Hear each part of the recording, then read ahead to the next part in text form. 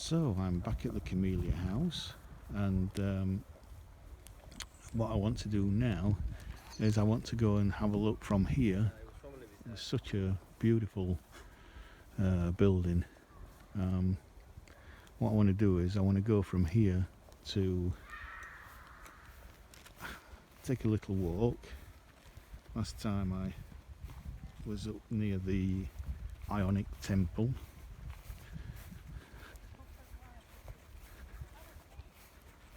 So again, that's the orchard there, which I'm suggesting should go. I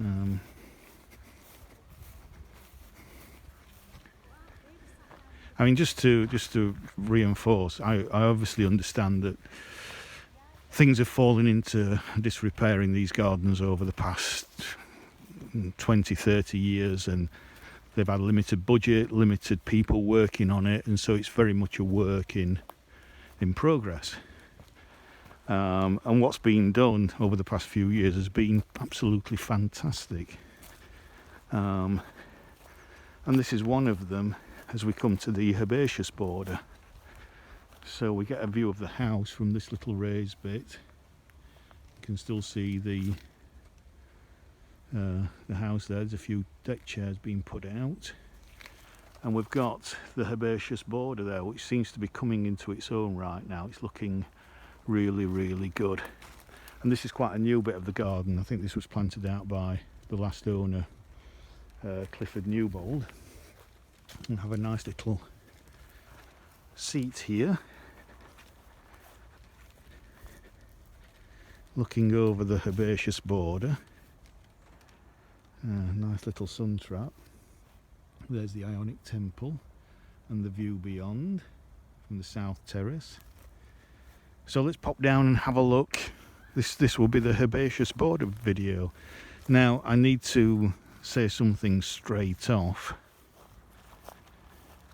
First of all, just to note that you'll notice a lot of the grass has been left to grow along, which is wonderful, and you can see already there are so many butterflies fluttering around. It's a lovely day, lovely still day. But first I want to say that I don't like stakes. I have an issue with staking plants. I think if a plant can't stand up for itself, it's really not worth planting, or if it is worth planting, you want to support it with other plants where possible. I think stakes are potentially quite dangerous. People lean forward to have a look at a flower, to maybe smell it, and there's been quite a few accidents, people having their eyes out. But just aesthetically, I don't like to see dead pieces of bamboo cane stuck out of the section of plants. I don't mind so much these ornamental plant supports that you can buy in garden centres. They're not so bad. There is some aesthetic value to those, but that aside, this is, as I say, very much a work in progress, but it's looking really good now. It seems to be coming into its own. I give this a kind of, just looking at it initially, an 8 out of 10. There's still obviously bits and pieces that need planting up. I don't like, herbaceous borders, plants should mingle into each other. You shouldn't be able to see any soil. That's a fundamental of a herbaceous border.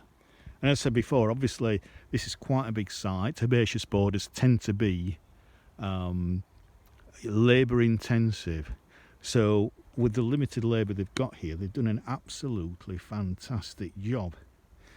But any criticisms I'm going to say is about taking the border on, I think, to the next level. So as I say, you've got a little bit of spottiness regarding plants not kind of linking up and joining together, but plants such as this, lamb's ears, the bees love it. It loves a really sheltered, sunny site. Butterflies as well. Absolutely beautiful. These lovely poppies, the grey foliage there. complement each other. Look at the colour on those, they look lovely. There's still a few buds to come along. That doesn't work. That looks a bit of a mess. I think I'd have that out. And again, I think in herbaceous borders you need to be repeating certain planting at certain points. Look at the bees on this. Not sure what that is. And it's not very colourful, but look at the bees on that. Insects of all. Look at that. Absolutely loving it. So yeah. And just look back to the Ionic Temple there and the seat with the view. And let's go across to this one. I mean, this is the peak now. You want your herbaceous borders to be looking at the peak during, really starting in July, but throughout August, you want the peak flowering season. August, maybe September, but certainly July as well. Geraniums are good, because pick the right geranium and it flowers all summer.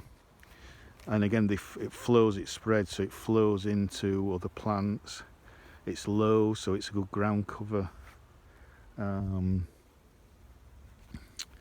Again, I'm not keen on seeing that wire mesh, but I understand out here I would imagine there is a problem with rabbits, maybe even deer, I don't know. And so obviously you want to protect some of the plants, so the way of doing that is with a wire mesh. So I suppose it's a necessity, but ideally again you want plants kind of growing through that to cover it up. Got a daylily there. Look at this campanula. Again, it's a bit floppy. Again, it's really given too much room. If there was other plants around it to support it that were, you know, really quite turgid, then that wouldn't flop so much. So yeah, we've got some roses here which, again, I'm going to go and smell them, so just have a look for any canes. There are no canes about. Lovely, subtle, it's not mega strong, but it's nice. Personally, I wouldn't have roses in this bed. Again, it's, other than roses, I don't see any more shrubs, so it is a herbaceous border.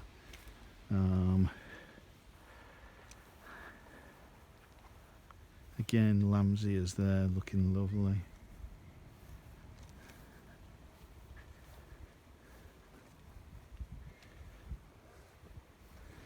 That campanula looks a little better. It seems to be supporting itself a little bit better.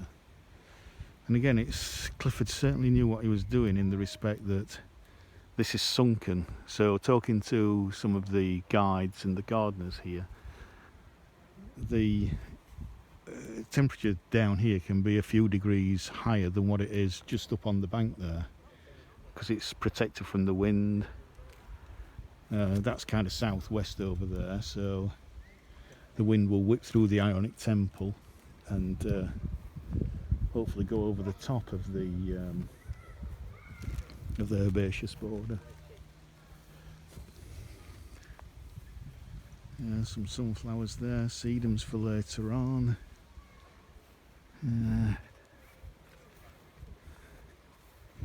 The roses are looking quite good, except for that one there. That one looks in a poor state.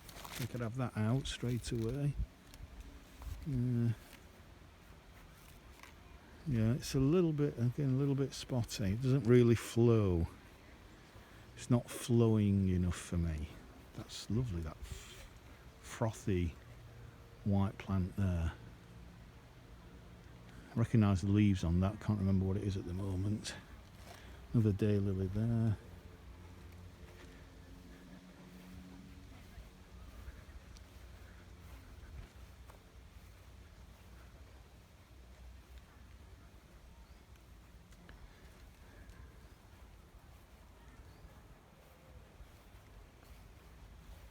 Again, more, it's like the protecting the chrysanthemums from something, from rabbits or something. And delphinium. Yeah, I mean I think that's, unless I've missed it, that's the first delphinium I've seen. So it's like, you know, the idea should be to have them around throughout the garden at different points.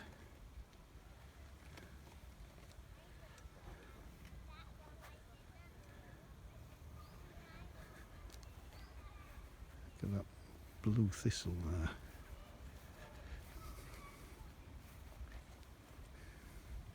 Again, this geranium, see how what a good doer, that hypericum. Yeah.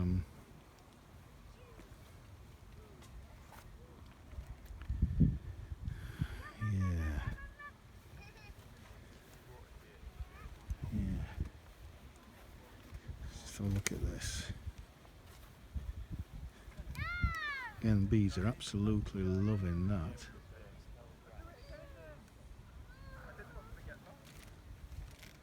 Lovely poppy.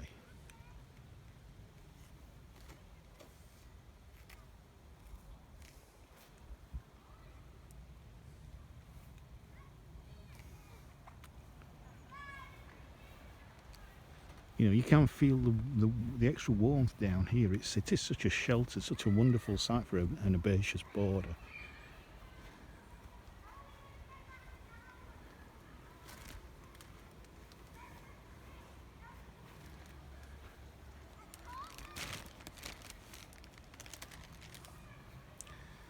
Look a bit.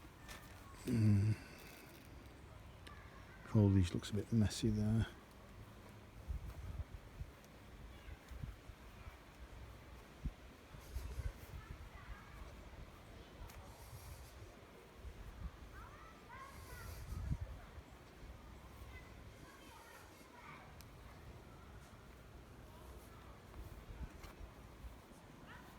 Let's just go along here.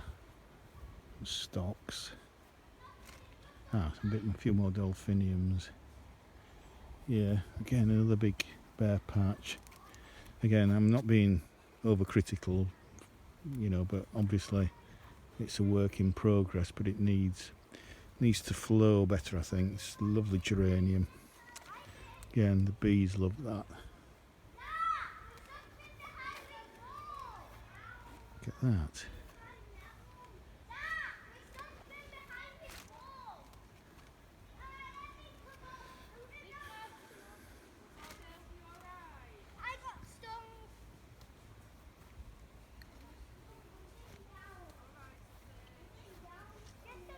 These poppies again, they look a little bit, this looks a little bit, again, a bit bitter here. I think this needs sorting out. Looks like there might be some couch grass there that needs clearing out. Or is it, oh, it's mare's tail. Oh, there's some mare's tail there. That's not good. Can't get rid of that. I think it's mare's tail. Horse tail, whatever you want to call it.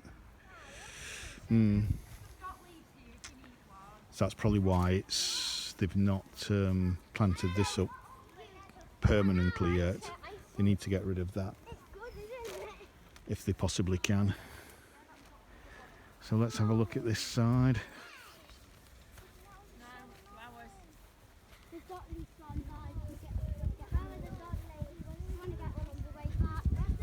This seems to flow better here.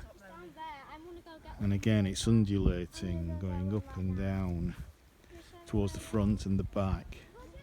That's more like it. Even though there's not a lot of colour yet.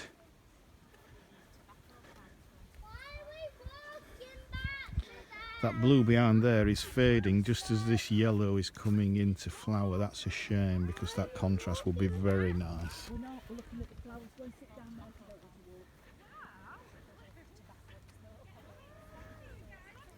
Getting a few more delphiniums. Now I love that. Now see these spiky thistle kind of things, whatever they are. They probably are thistles of some kind.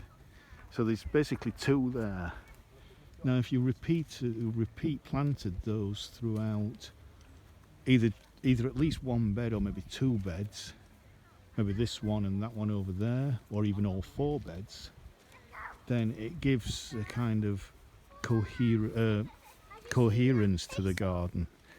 You know, and it creates these lovely big focal points throughout the herbaceous gardens. Doesn't take a lot of room, doesn't cast a lot of shade, so you can grow other things below it, like the geraniums.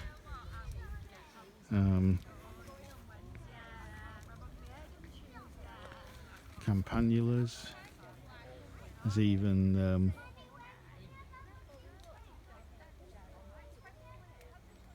you know, some more daylilies there. So that's I like that. But look how that seems to flow better. So yeah, love those there. Have more of those planted out. But I think things like that,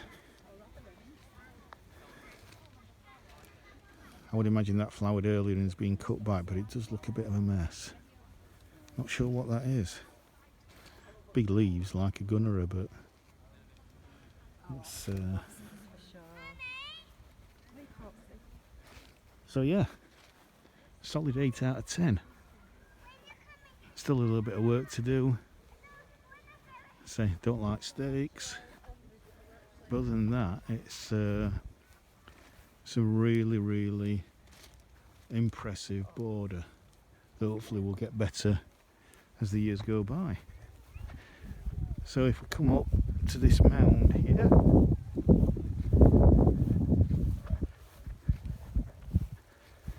it's going to come to the kind of new tree planting area.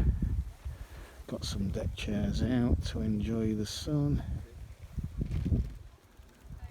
the people, and look round, have a seat, enjoy the day, enjoy the beautiful views. Looking down towards the house, and the sculpture here. But I'm going to stop recording now for a bit. So I'll leave you with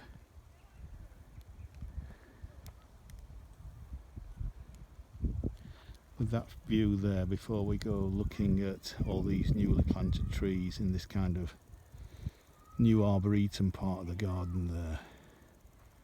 So I'll leave you with that view and start recording again in a bit on the next video in Wentworth Woodhouse Gardens. Bye for now.